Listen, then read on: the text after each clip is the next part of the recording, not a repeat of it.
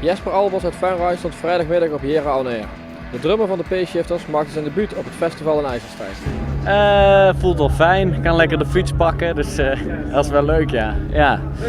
En veel mensen die hier werken, die ken ik van vroeger, al die vrijwilligers, dus dat is ook wel leuk.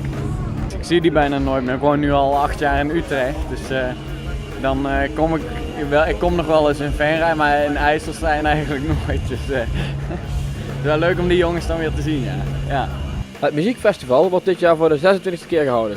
Het was voor deze editie al vroeg druk in de straten van het dorp. Ja, zeker. Vanaf dat de poorten open zijn gegaan is het meteen volle bak. En je ziet overal in het dorp zie je mensen langs de weg liggen en zitten. En bij de winkel is het super druk en bij de cafés is het druk. Dus we zijn los, ja, duidelijk. En voor het eerst uitverkocht in de historie, hoorde ik. Ja, klopt inderdaad. Dit jaar dik 6000 totale bezoekers per dag.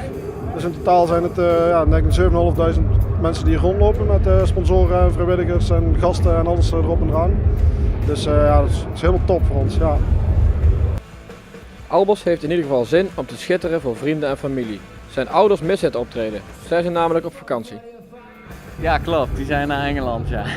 Ja, moeten ze helemaal zelf weten. Die hebben ons ook al vaak genoeg gezien. Dus ik neem ze niet kwalijk. Dus, Het is belangrijk om te blijven vernieuwen. Dat beseft ook de organisatie van Jera On Air. Zo is het festival dit jaar live te volgen via YouTube. Ja, klopt. We hebben samenwerking aangegaan met Glasweb Venray. Ook omdat zij eigenlijk willen laten zien van wij zijn nieuw, we zijn er en wij kunnen met meer van zo'n partij kunnen wij gewoon dingen samen doen.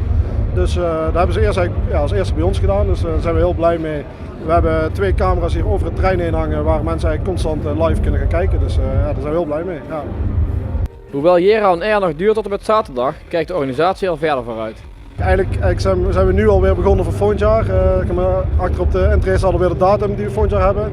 Dus in principe gaat het hele jaar door, maar als het uiteindelijk het weekend daar is, ja, dan is het zo mooi om mee te maken en dat is echt prachtig. Ja.